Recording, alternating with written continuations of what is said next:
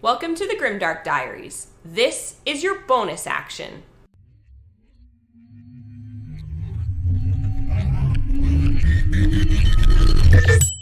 Hi, hello, welcome. This is your weekly bite-sized amount of true crime. We like to kind of do all of the story up front, and then all of the business and party chit-chat is in the back, like a weird mullet. So Megan is on the mic today with your story, so she is gonna deliver your bonus action.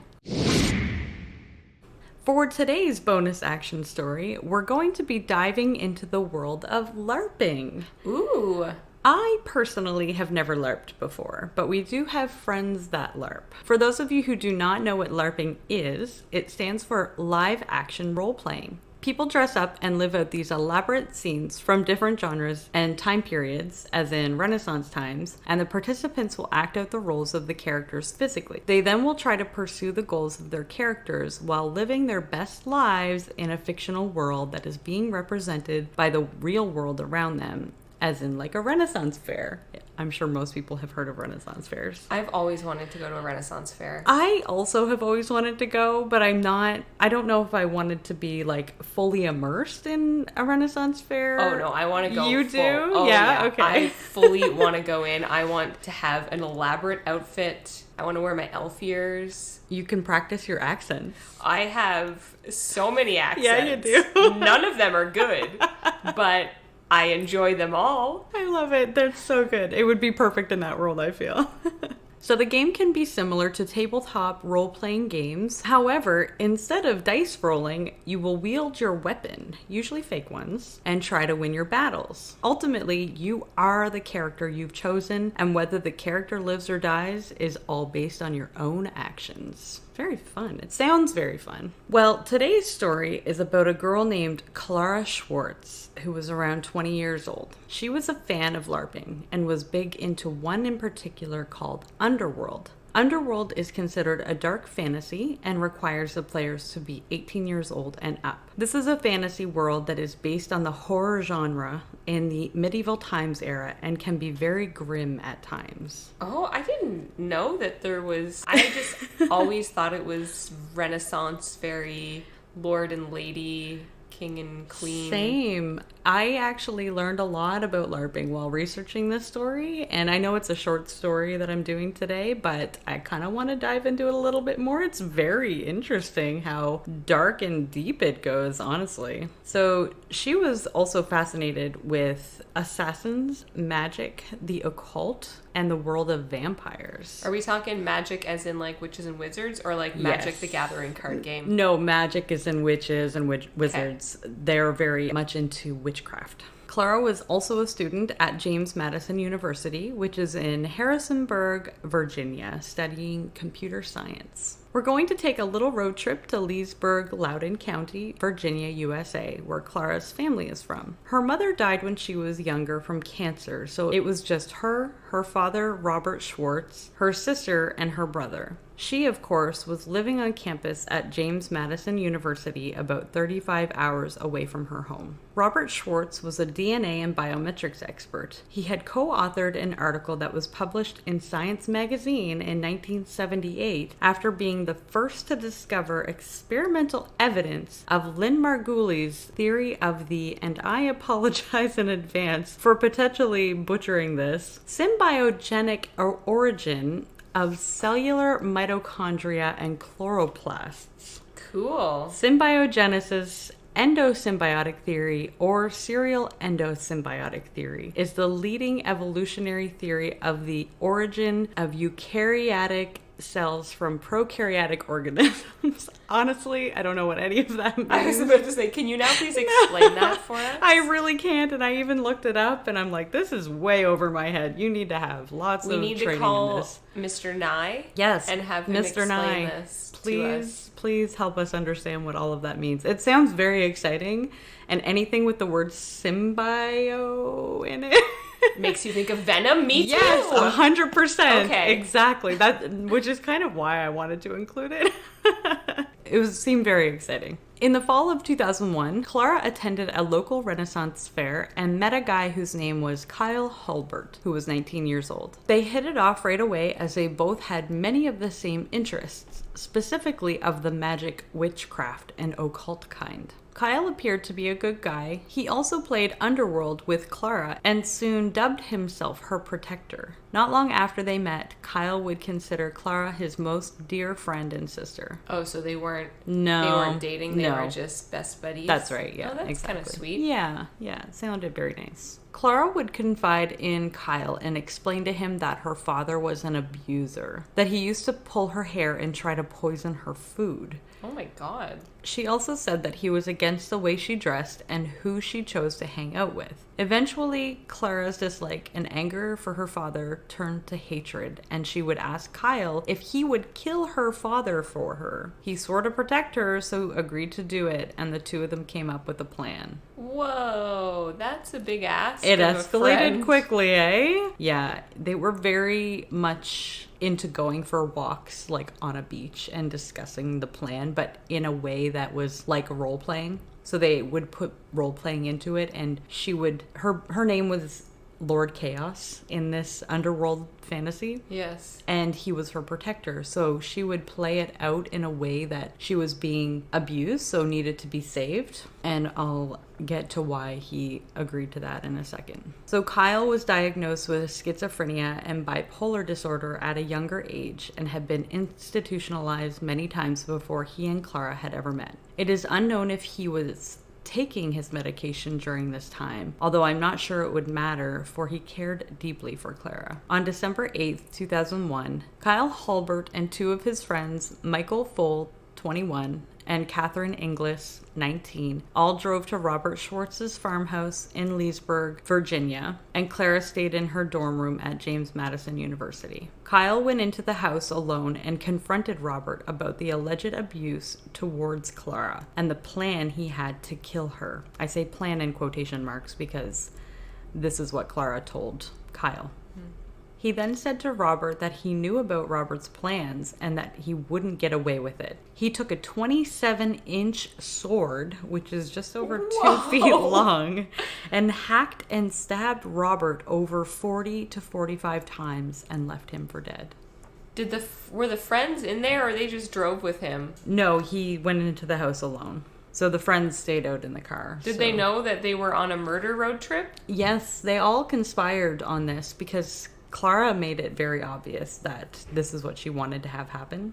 So I don't know Catherine's role in this. They don't ever talk about it. She doesn't admit her role. She admits that she was there, but she doesn't admit what she does there. She just sits in the car, I think. And Michael Fohl is the driver, and he doesn't go in the house either. So it's just Kyle that goes in the house. So on December 9th, he was discovered. Robert was discovered. The police were quick to track down the suspects. They first looked inwards at the family members and pulled phone records. Kyle had called Clara around the exact time that the police thought that Robert might have been murdered. The day after Robert's body had been discovered, the police interviewed Clara to ask about receiving any phone calls on that specific date, which she denied. Does she not know what phone records are? Apparently not. Once they confronted her about knowing about that phone call from Kyle, she pedaled back and threw the blame on Kyle and did her best to distance herself from that timeline. The police tracked down the 3 suspects, and before long, they were all charged in the death of Robert Schwartz. The police tracked down the 3 suspects, and before long, they were all charged in the death of Robert Schwartz.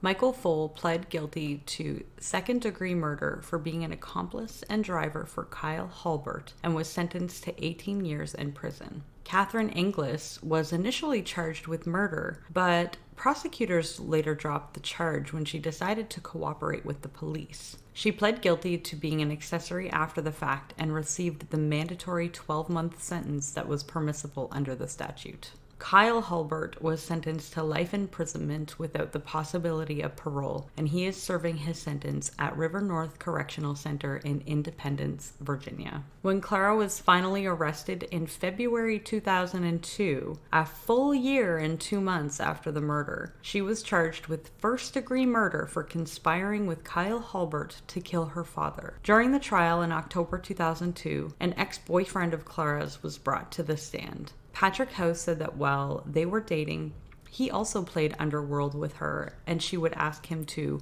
quote, kill the old man, which meant her father. He never followed through. After a 5-day trial and only a 4-hour jury deliberation, Clara Schwartz was found guilty of first-degree murder by persuading her friend to kill her father, and was sentenced to 48 years in the Fluvanna Correctional Center for Women near Troy, Virginia. And that is the story of Clara Schwartz and how she was sentenced to 48 years in prison with a first-degree murder charge. For not actually killing her father, but persuading someone else to do it. Conspiracy to commit, though, is just as bad. Oh, for sure. But I'm so impressed that they were able to get a first-degree charge on her for exactly what happened. Did they find the sword? They did find the sword. The sword was actually still with Kyle in his place. And they also found a note in Clara's room. It basically said in very cryptic terms that these 3 people, which she had called subjects or something like that, because it was she's a lord, of course. She's a lord, yes, subjects. Exactly. Yes, the subjects, they're lowly subjects, were given high praise for their duties to her, or whatever it was. And they took that note, and the prosecutors actually used it against her in the trial, and basically said, this note actually means, thanks friends for killing my dad. That's what they said. I know. I'm like, people need to stop keeping evidence if they're going to be committing crimes. Right? Get rid of it. Not saying that you should do that if you... But if you're gonna, why would you keep evidence? Not encouraging anybody to... No, you're just incriminating yourself. It's stupid. You're stupid enough to do the crime, I guess. Fair enough. You're stupid enough to keep That's very true. Very true. And honestly, the more I read into it, the more, the siblings would say their father was so loving, and after their mother died, he did everything he could to take over the role as the sole parent in that family, and he provided everything for them, and he was so kind and caring. And so the fact that they had that statement and Clara didn't makes me think that she was very much living in her own little world. I don't get, why would she want him dead? I don't get it. She had a theory that he wanted to kill her, but Again, I don't know if she actually was thinking that. You know how when you get anxious and you start thinking things that aren't necessarily true, you think people might not like you, or people are thinking this way about you. But I feel like that's extreme. I think that very much so. Trying to poison me. Very, very much so. I don't want to blame that world, because it's a very common world out there where people are into into witchcraft, into the occult and things like that, where they can be absolutely normal human beings as well. It's when you actually start going into the dark side of it and bringing the dark role-playing that you're doing into the reality of your life and doing whatever you want, basically. So was this Underworld themed LARPing, was it all dark and evil and murder? It's horror based, so a good majority of it is. I didn't really see a whole lot more into it. I only read the basic descriptions of it, because there were different factions, I guess. You can go to this website and you can actually look up, you can start your own clan in your own city and things like that. And there are many different kinds of versions of the Underworld. So I guess people can put as much grim into it as they want. Yeah. I don't know how much she did. I think because clearly she was a lot. Lord Chaos, I think she actually had her own world that she was running. Yeah. So, I don't know. Well, good luck doing that from jail, sweetie. Yeah, exactly. 48 years. I think I read somewhere she was going to be 63 or 64 by the time she got out of jail. That's so sad. I know. I was like, you're just wasted your entire life for what? She wasn't even living at home. She was living at university. Yeah. And I looked it up. The difference between where she was living at university and where her dad lived was 36 hours drive. Jeez. So it's not like even if at one point he poisoned her or something, I feel like that didn't happen. But if it did, right. It's not like he was doing it right now. No, exactly. And when you are a sophomore in university, you are already out of your house. You're going to graduate from university, and then you could be on your own, living your own life. Living your own chaotic underworld life. Right. Living your best life. No matter what you're into, it doesn't matter as long as it's legal. Oh, anyway, that was a very interesting story. I wanted to do more with it, honestly, and I could have written pages and pages of it, but that would have turned into a very long, regular story. One of our Thursday stories. So, Nikki, what kind of world would you like to live in if you could live in any LARPing type of world? Whatever one I get to be an elf in. We all know I'm a big elf lover, and so I want to have elf ears, and I want to be a woodland warrior princess elf. So whatever world that is. I immediately go to Lord of the Rings, of course, because obviously it's one of my favorite movies. Yeah. But I honestly can't think of a world that I would want to live in like that, other than Lord of the Rings, because I think I said that before. That was one of the worlds I would like to live in. But I also would love to live in, like, you know, we talked about the Matrix world last week, and that would be very interesting. I would love to live in that type of world. But I don't know. My brain is too logical sometimes, so I struggled to role play. D&D was hard for me to get into at first because I was too logical at the beginning, and I'm like, I don't know. One, I don't know how to act, so I felt like I had to act in D&D, and I felt like I couldn't pretend anymore. Like I just had lost the ability to pretend. I don't know, I feel like that was something I did as a kid a lot, but as an adult, that whole world just left me, and I had no idea what I was doing. So trying to play D&D, I guess I was scared. I was very quiet. The first group that I played with was with my cousin, and he was not scared of it.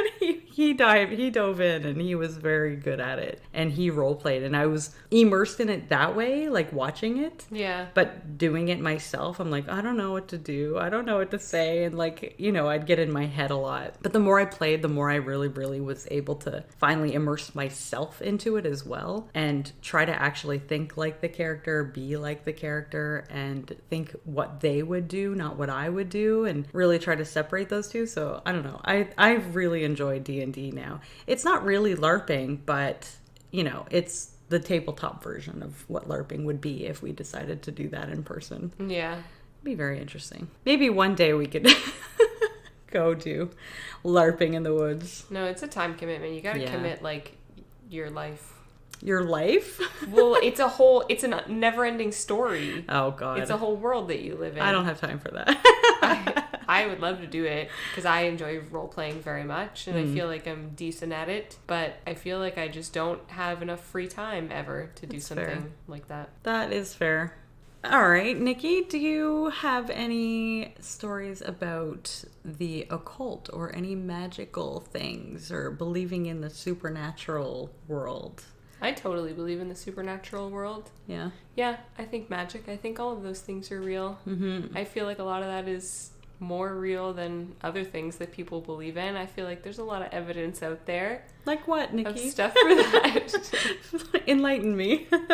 I mean, I don't know. I just feel like I believe in that more than not like I believe in science. Like, so, for sure. I think that's so. I'm not one. saying like I think that, you know, that's above that, but I think I totally believe in all that kind of supernatural stuff that's out there. Mm-hmm. Do you believe in it? Honestly, so because I am a Christian, it's hard for me to dive into that world. Yeah. I try to stay away from it as much as I can, but it's really hard to ignore as well because there have been a lot of little things here and there that are just like, I don't believe in coincidences. Oh, and I will tell you, I just remembered something. My car accident that I had in 2015. I was going 110 on the highway after a storm outside of a really flat plain area, and I hit a drift of snow in the road while I was trying to pass a transport truck. The drift of snow came out of nowhere. I couldn't even tell that it was there until I was right on it. I slammed on my brakes, so I don't know how slow I got before I hit it. I was just hoping to not be beside the transport truck when I did, because I knew I was going to spin out. And when I started spinning, I was counter steering as crazy as I could so I wouldn't go out into the road, because I didn't know if anybody was anywhere near me. Yeah. And I was counter steering into there was a giant snowbank on the left side of the road, and I was in the passing lane, so I just kept counter steering so I would stay over there. And when I looked over, I could swear I saw like my guardian angel. Really? I actually did. And I don't think I've told anybody but my mom this story before, because I felt a little crazy. Not that I think that it's crazy. It's just not something that I ever thought I would ever see or believe in unless I had an experience like that. But I 100% believe that I saw my guardian angel that day. And when I stopped moving, I got out of my car. Well, first I made sure I had no holes or anything on my body, because I didn't know what was happening. I didn't know if the car flipped or if it was spinning. Were bullets coming out of the snow?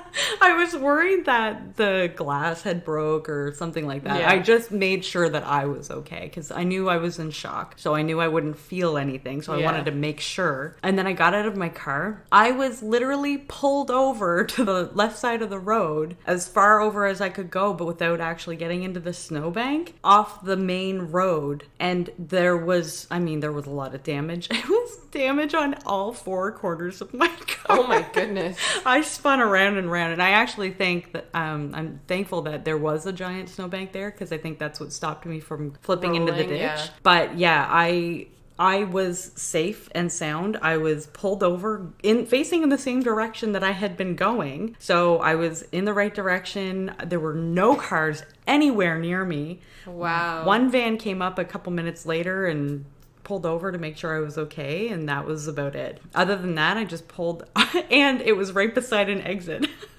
So naturally, I just pulled off onto the exit and went down, and I was like, my guardian angel was watching over me that day. Oh, wow. I was going 110 kilometers an hour. I was right beside a transport truck. I hit a drift of snow, and I started flipping around in circles over and over and over again, and I came out of it without a scratch. That is amazing. Right? And I believe I saw my guardian angel. I truly believe. Do you believe guardian angel in a religious sense or in a supernatural sense? In a religious sense.